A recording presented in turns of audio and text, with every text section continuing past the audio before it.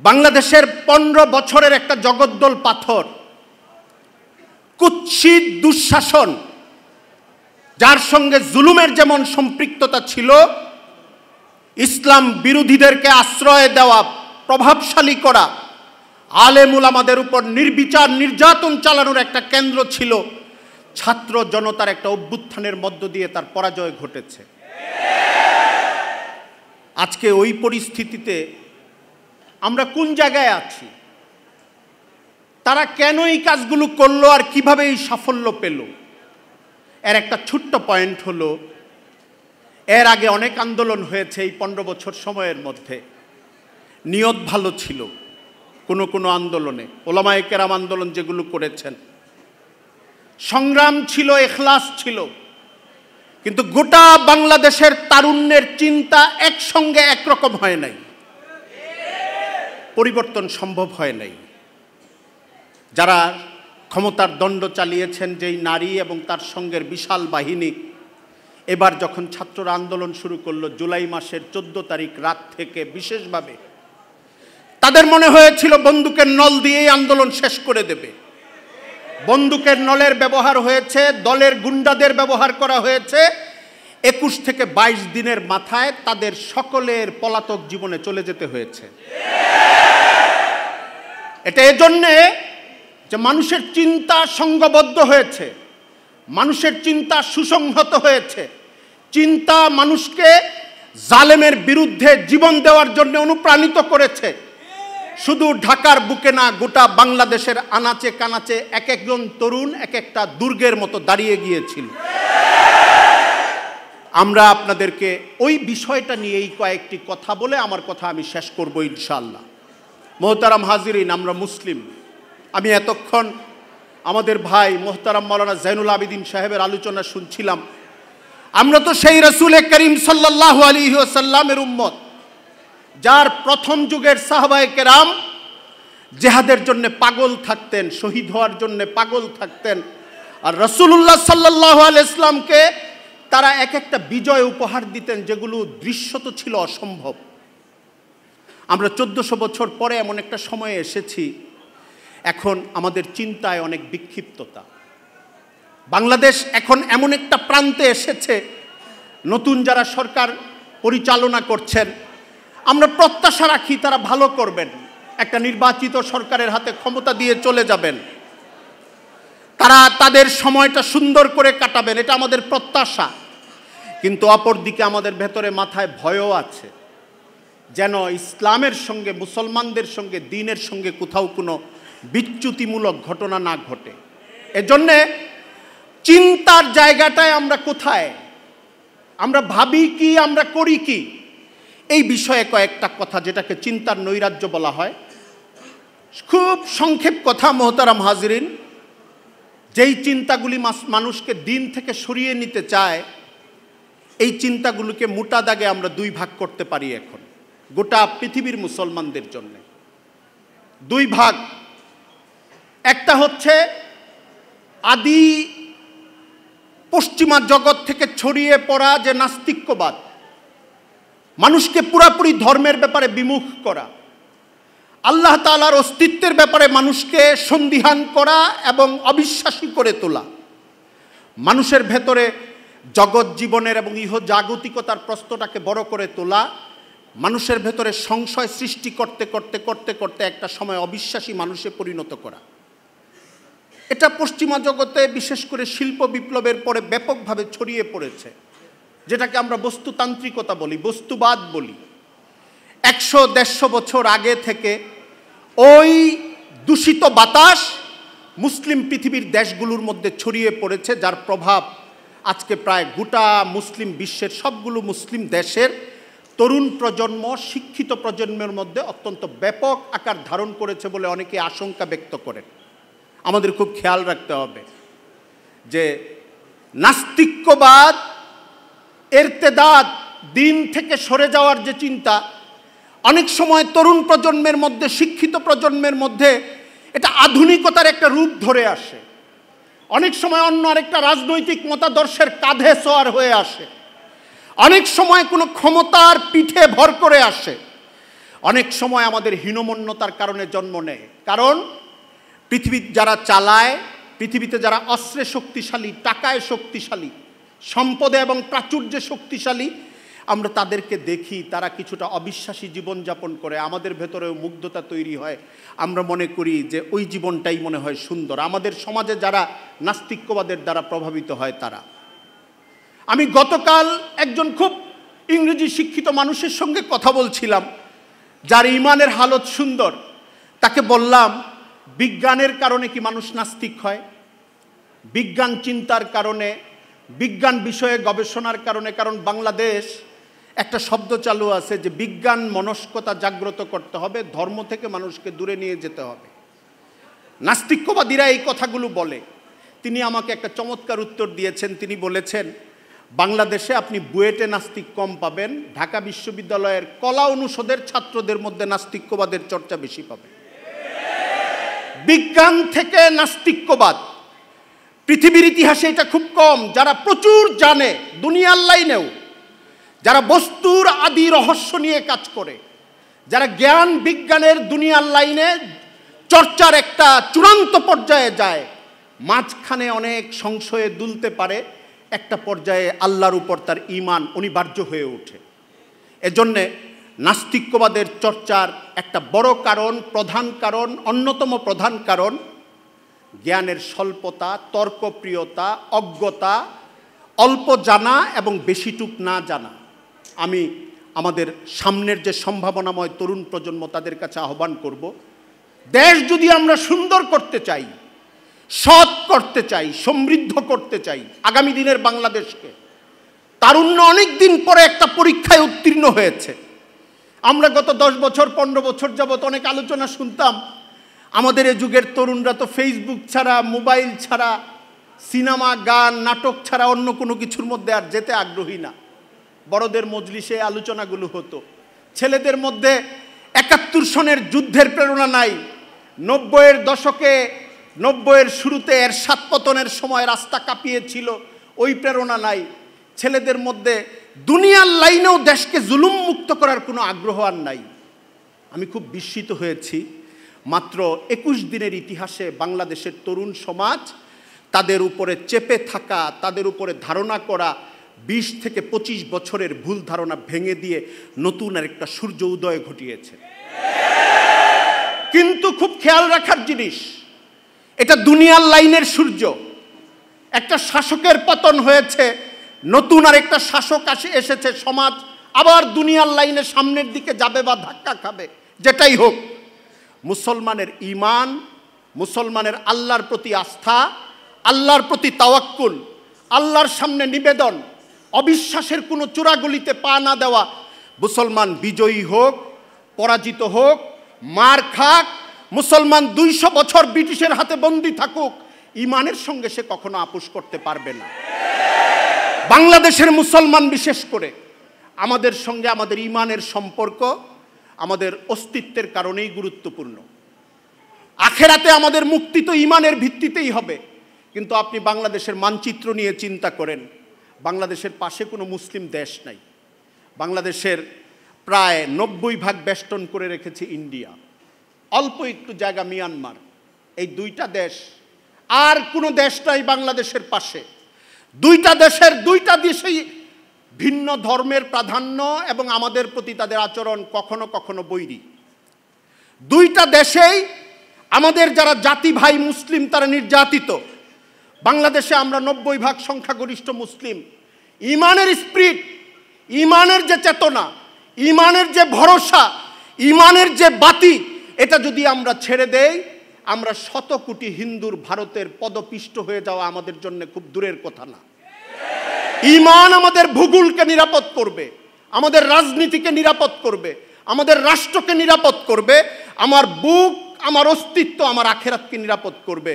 এই জন্যে যে প্রজন্ম এই বিপ্লব সাধন করেছে তাদের বুকের উপরে এই দাওয়াত চেপেছে, সামনে যত যুবক আসবে, তরুণ সমাজ আসবে, তাদের মাঝে ইসলামের, আল্লাহর উপর ভরসার এবং কোনোভাবেই যেন নাস্তিক্যবাদের কোনো নৈরাজ্যমূলক চিন্তার দিকে কেউ না যায়। একটা অন্তর্বর্তী সময় যাচ্ছে এখন, ইন্টারিম গভর্নমেন্ট বলা হয়, অন্তর্বর্তীকালীন সরকার।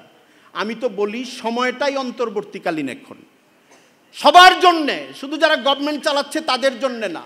আমরা 15 বছর একটা পথে ছিলাম, মাঝখানে আন্দোলনের সময় আমরা একটা নদী পার হয়েছি, আন্দোলন শেষ, সরকার পালিয়েছে, আমরা এখন নদীর ওই পারে এসে নেমেছি। এমন নদীর ওই পারটা এমন, যে পারটা এখন আমি চিনি না, আমি জানি না এই পারে কি আছে। এটা একটা আমাদের জন্য প্রত্যাশার যেমন, প্রস্তুত থাকার তেমন, পর্যবেক্ষণের সঙ্গে, ঈমান আমল আখলাকের সঙ্গে, এবং সর্বাবস্থায় আপনি যে কোনো পার্টির সঙ্গে থাকেন, প্রথাগত কোনো রাজনৈতিক দলের, ছাত্রদের যারা আন্দোলনকারী সংগঠন তাদের সঙ্গে থাকেন, বিএনপির সঙ্গে থাকেন, জাতীয় পার্টির সঙ্গে থাকেন, পতিত দল, পালিয়ে যাওয়া দল আওয়ামী লীগের সঙ্গে থাকেন, আমি এখানে বিরোধ করছি না। আমি বলছি আপনি যদি মুসলিম হন, ঈমানের সঙ্গে আপনার সম্পর্ক বাড়ান, ঈমানের সঙ্গে আপনার সম্পর্ক বাড়ান। ঈমানের ব্যাপারে আমাদের চিন্তার জায়গায় যেন কোনো নৈরাজ্য তৈরি না হয়, কখনো যেন এটা মনে না হয় যে আমি মুসলিম কম বাঙালি বেশি, আমি মুসলিম কম আধুনিক বেশি, আমি মুসলিম কম মানুষ বেশি, আমি ঈমানের ব্যাপারে আগ্রহী কম আধুনিকতার ব্যাপারে আগ্রহী বেশি, আমি ঈমানের ব্যাপারে আগ্রহী কম আমি সংস্কৃতির ব্যাপারে আগ্রহী বেশি, আমি ঈমানের ব্যাপারে আগ্রহী কম আমি বিনোদনের ব্যাপারে আগ্রহী বেশি। এমন যদি হয়, এই মুসলিম প্রধান দেশেও আমাদের জন্য বিপন্নতার সময় আসতে পারে। আল্লাহ তাআলা আমাদেরকে ওই সময়ের সামনে না ফেলুন। 2 নম্বর দিক আমি বলেছিলাম, 2টা ভাগ করা। 2 নম্বর দিক হলো হযরত মাওলানা সৈয়দ আবুল হাসান আলী নদভী বিংশ শতাব্দীর অন্যতম দার্শনিক আলেমে দিন। তিনি বলেছেন, রিদ্দাতুন ওয়ালা আবা বকরিন লাহা, এমন ইরতিদাদ, ইসলাম থেকে সরে যাওয়ার এমন একটা প্রক্রিয়া যেটা ফিরানোর জন্য হযরত আবু বকর যেরকম ইরতিদাদকে ফিরানোর জন্য রাসূল সাল্লাল্লাহু আলাইহি ইসলামের দুনিয়া থেকে চলে যাওয়ার পরে প্রতিরোধের সংগ্রাম করেছিলেন, এই যুগে ওই আবু বকর এখন আর নাই। ওইটা কি? ওটা হলো মুসলমান মসজিদে যাচ্ছে জুমার দিন, ঈদের দিন হাজির হচ্ছে, পারিবারিকভাবে মুসলমান, এনআইডিতে লেখা মুসলমান, কিন্তু সেকুলারিজমে খুব তীব্রভাবে বিশ্বাসী। সে মনে করে ইসলাম দেশ চালাইতে পারবে না, সে মনে করে কোরআন তো আল্লাহর কিতাব, কিন্তু কোরআনের মধ্যে যা আছে সব বিশ্বাস করা যাবে না। মনের একটা কোণায় তার এই কথাটা বাস করে। সে মনে করে অর্থনীতি ইসলাম দিয়েছে বুঝছি, কিন্তু গোটা পৃথিবী সুদ ব্যবস্থায় চলে, এটার বাইরে গেলে আমরা আর চলতে পারবো না। এরকম আরো অনেক অনেক অনেক জায়গায় কোরআন হাদিস সুন্নাহ মুসলমানদের জন্য যে আদর্শ জীবন ব্যবস্থা দিয়েছে, মনের আরেকটা প্রান্তে তার আরেকটা বিকল্প তৈরি হয় এবং ইসলাম সম্পর্কে একটা অনাস্থা তার ভেতরে জন্ম নিতে থাকে। এটা কেন হয়? এটা হয় আধুনিকতার প্রতি দুর্বলতার কারণে, পশ্চিমের প্রতি দুর্বলতার কারণে। এটা প্রাচীন গবেষকরা বলেছেন, মনস্তাত্ত্বিকরা বলেন, ঐতিহাসিকরা বলেন, মুসলিম দেশগুলোতে এটা ব্যাপকভাবে ছড়িয়েছে কয়েকটা কারণে। এই মনোভাবটা, পশ্চিমের প্রতি আগ্রহ, ইসলামের প্রতি অনাগ্রহ, পশ্চিমের দর্শনের প্রতি আস্থা, কোরআনের প্রতি অনাস্থা, পশ্চিমের দর্শনের প্রতি ভালোবাসা, ইসলামের আদর্শের প্রতি একটু অনীহা। এটা কেন তৈরি হয়েছে? অন্যতম প্রধান কারণ হলো খেলাফত ব্যবস্থার বিলুপ্তি ঘটেছে প্রায় 100 বছর আগে। মুসলমানদের দুনিয়াব্যাপী আর কোনো সাম্রাজ্যের জায়গা নাই, মুসলমানরা নিজেদেরকে একটু ছোট ভাবতে শুরু করেছে। এই ছোট ভাবনা থেকে তাদের প্রতি আগ্রহের সঙ্গে, মুগ্ধতার সঙ্গে তাকিয়ে থাকার একটা অভ্যাস তৈরি হয়েছে। 2 নাম্বার, কোনো দেশে 200 বছর, কোনো দেশে 100 বছর উপনিবেশ ছিল, যেটাকে আমরা কলোনিশিপ বলি। আমরা যে বলি যে আমাদের এই দেশ ব্রিটিশদের অধীনে ছিল, এটাকে কলোনি বলে, সাম্রাজ্য। কলোনি যুগে 100 বছর, 150 বছর, 200 বছর মুসলমানদেরকে শোষণ করে, আতঙ্কিত করে, মুসলমানদের জীবন ব্যবস্থা এবং তাদের শিক্ষা ব্যবস্থায় তাদের নীতি নৈতিকতা তাদেরটা ঢুকিয়ে দিয়ে মুসলমানদেরকে তাদের প্রতি প্রত্যাশী এবং মুগ্ধ করে একটা মুগ্ধ জাতিতে পরিণত করে রেখেছে। উপনিবেশ চলে যাওয়ার পরেও আমাদের ভেতর থেকে ওই খাসলত এখনো যাচ্ছে না। 3 নাম্বার, ইসলাম সম্পর্কে মুসলমানের জানার আগ্রহ কম। মুসলমান ইসলাম সম্পর্কে জানতে চায় না। আমি এই প্রজন্মের বহু তরুণকে জিজ্ঞেস করেছি, রসুলের সিরাতের একটা বই কোনটা পড়েছো বলো বাবা? মাথা চুলকাচ্ছে আর বলছে, হুজুর সামনে পড়ব। তুমি কয়টা উপন্যাস পড়েছ? 98টা উপন্যাস এই পর্যন্ত পড়েছি। সমাজ বিজ্ঞান বা বিভিন্ন বিষয়ের উপরে থিওরিটিক্যাল বই, তত্ত্বের বই কতগুলো পড়েছ? পড়েছি। ফেসবুকে দেখি, ব্লগে দেখি, টেলিভিশনে আলোচনা শুনি। ইসলামের উপরে কয়টা ভালো আলোচনা শুনেছ? তার সময় হয় না, তার আগ্রহ হয় না। আমি খুব দৃঢ়তার সঙ্গে, আগ্রহের সঙ্গে, মহাব্বতের সঙ্গে আমার তারুণ্যকে এই কথাটা খেতাব করতে চাই। আমাদেরকে যদি বাঁচাইতে হয়, আমাদের নারী পুরুষদের যদি একটা সভ্য জীবন বাংলাদেশে দরকার হয়, ইসলামকে জানতে হবে। তাহলে আমরা নাস্তিক্যবাদ, শুবহাত, সংশয়বাদ, ইসলামের অনুসারী হয়েও পশ্চিমের প্রতি মুগ্ধতার সঙ্গে তাকিয়ে থাকা অনুগ্রহের দৃষ্টিতে এই জায়গাগুলোতে আমাদের পরিবর্তন ঘটবে। আমরা আজকে আবার তরুণ সমাজের সামনে অনেক ছোট্ট করে আমি কয়েকটা কথা বললাম। চিন্তার যে নৈরাজ্য, যে নৈরাজ্যের কারণে মানুষের জীবনে ঈমান থেকে দূরে সরে যাওয়ার পথ তৈরি হয়, এই জায়গাগুলো থেকে আমাদের বের হতে হবে। আমি শেষে একটা কথা বলবো, মুসলমান সমাজ এবং অমুসলিম সমাজেও ইসলামের বিকাশের একটা বড় রাস্তা হলো মুআমালা, মুআশারা সুন্দর হওয়া। মুআশারা কাকে বলা হয়? আচার আচরণকে, যেখানে কোনো লেনদেন নাই, দেখা হলে হেসে কথা বলা, আরেকজনের জন্য চেয়ার ছেড়ে দেওয়া, পানি এগিয়ে দেওয়া, রাস্তার পাশে উনি খেতে পাচ্ছেন না, তাকে আমি একটু খেতে দিলাম, এগুলি লেনদেন বলে না, এটাকে ইসলামে এটাকে মুআশারা বলে। মুআশারা যত সুন্দর হবে, ইসলামের প্রতি মানুষের মুগ্ধতা, আচরণ, মানুষের আগ্রহ, ভালোবাসা তৈরি হবে, আমাদের সমাজটা সুন্দর হবে। 2 নম্বর হলো মুআমালা। মুআমালা হইল লেনদেন। আমার সাথে যত রকমের আর্থিক লেনদেন হতে পারে, এই জায়গাগুলোতে আমি অসৎ হব না। জাইনুল ভাই বালিশের কথা বলেছেন। বাংলাদেশে কোনো সরকারি অফিস এখন আর নাই যেখান থেকে কোনো কন্ট্রাক্টের বিল, ঠিকাদারি বিল, যে কাজটা 2 কোটি টাকায় হওয়ার কথা ওইটা 6 কোটি টাকা বিল লেখা হয় না। পচে গেছে সব জায়গায়। পাসপোর্ট অফিসে ঠিক সরকারি ফিস দিয়ে পাসপোর্ট করতে পেরেছেন 100 জনের মধ্যে আপনি 99 জনকে পাবেন না। থানায় গেলে, পুলিশের কাছে গেলে যেই কাজ আপনার বিনা পয়সায় হওয়ার কথা, বিনা পয়সায় করতে পেরেছেন এমন মানুষ কম। আমাদের ট্যাক্সের টাকায় বাংলাদেশে এতগুলো হাসপাতাল, হাসপাতালগুলোতে সরকারি ঔষধ আছে, কিন্তু আপনি দেখবেন এখানে যদি আমি জিজ্ঞাসা করি যত মানুষ আছে যে আপনি কমপ্লিটলি চিকিৎসার শুরু থেকে শেষ পর্যন্ত সরকারি হাসপাতালের যে সাবসিডি বা যে সিস্টেম, যেখানে আপনার 10 টাকা 20 টাকার বেশি খরচ হওয়ার কথা না, ঠিক ওই খরচে অপারেশনটা শেষ করে, চিকিৎসা শেষ করে সুস্থ হয়ে বাসায় এসেছেন একজন হাত তুলেন। আমার মনে হয় বর্তমান বাংলাদেশে এটা সম্ভব না। প্রাইভেট ক্লিনিক অথবা হাসপাতালের অব্যবস্থাপনা, রেলে, বাসে, নানান জায়গায় দুর্নীতি এমনভাবে বাসা বেঁধেছে। নতুন বাংলাদেশের সময় তরুণদেরকে আহ্বান করব, আমরা যদি ভালো মুসলমান হই, আল্লাহর উপরে ভরসা থাকে, চিন্তার নৈরাজ্য থেকে মুক্ত থাকি। এই অন্তর্বর্তী সরকার কি করবে আমার দরকার নাই। অন্তর্বর্তী সরকার 1 বছর থাকতে পারে, 2 বছর থাকতে পারে, 3 বছর থাকতে পারে, 4 বছর থাকতে পারে। কিয়ামত পর্যন্ত যে বাংলাদেশ, সেটা অন্তর্বর্তী না, সেটা একটা লম্বা সময়। ওই সময়ের মানুষ এবং প্রজন্ম যদি সুন্দর থাকে, আখলাকওয়ালা থাকে, আল্লাহর উপর সমর্পিত থাকে, তার মুআমালা, মুআশারা সুন্দর হয়, তাহলে আমাদের প্রত্যেকটা সেক্টর থেকে দুর্নীতি উৎখাত হবে, সৎ এবং সমৃদ্ধ একটা বাংলাদেশ গড়ে উঠবে। এটা আমাদের অস্তিত্বের জন্য প্রয়োজন। আমরা যদি বেঁচে থাকতে চাই তার জন্য প্রয়োজন। এটা এমন না যে হুজুর, এটা কি এমন যে আমি শুধু দাওয়াত দিলাম, আরেকজন মানুষ ইসলামের পথে থাকলো, এটা তো এমন অবশ্যই, কিন্তু এর সঙ্গে আরেকজন মানুষ সৎ নাগরিক হলো বাংলাদেশের। আমাদের একটা অ্যাসেট বাড়লো।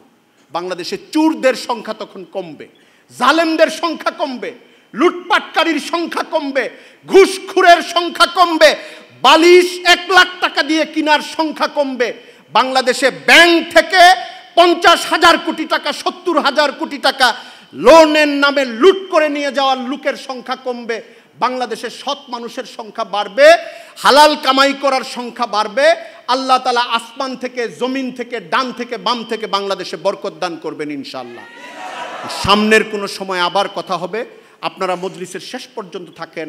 আপনাদের ধৈর্যের আমি প্রশংসা করি। এই গরমের মধ্যে একজনের কাঁধে আর একজন পাশে দাঁড়িয়ে হইচই দেখেছি, কিন্তু আমি খুশি এই জন্যে। অনেক বিশৃঙ্খলা হওয়ার কথা ছিল যদি এইটা 100 ভাগ দুনিয়াদারদের কোনো মজলিস হতো। রসুলের প্রেমে, দিনের প্রেমে, ইমানের প্রেমে এই যে কষ্ট সহ্য করছেন আপনারা, আমি আর অল্প কিছু সময়, আর যে কয়েকজন আলোচক আছেন ওনারা কথা বলবেন। মুরব্বী হাজির হয়েছেন, আমাদের অভিভাবক হজরত মাওলানা জিয়াউদ্দিন সাহেব নসিহত করে দোয়া করবেন। মাওলানা মাহফুজুল হক সাহেব ঢাকা থেকে এসছেন, তিনিও কথা বলবেন। অল্প সময়ে, অনুষ্ঠান শেষের দিকে চলে এসছে, আমরা যদি আমাদের শৃঙ্খলাটাকে ধরে রাখি তাহলে অনুষ্ঠানটা সমাপনটা অনেক সুন্দর হবে। আল্লাহ তাআলা আমাদের সকলকে দ্বীনের জন্য কবুল করেন, সাচ্চা পাক্কা ইমানদার মুসলিম হিসাবে কবুল করেন।